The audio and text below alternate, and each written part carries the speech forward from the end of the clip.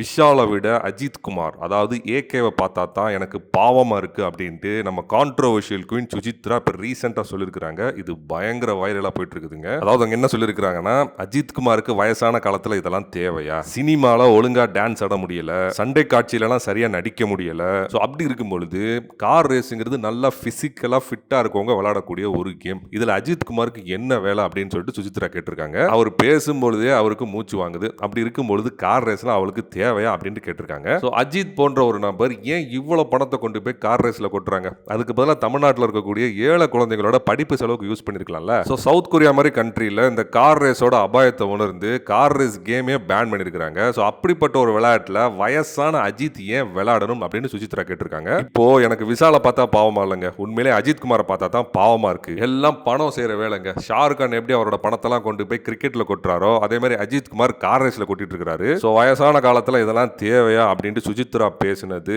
Ajith Kumar fans, அதாவது ஆமேஸ்லாம் வந்து பயங்கர டென்ஷன் ஆகிடுச்சு. ஸோ அதனால ஏகே ஃபேன்ஸ்லாம் ஆன்லைன்ல சுஜித்ராவை பயங்கரமா கமெண்ட் பண்ணிட்டு இருக்காங்க.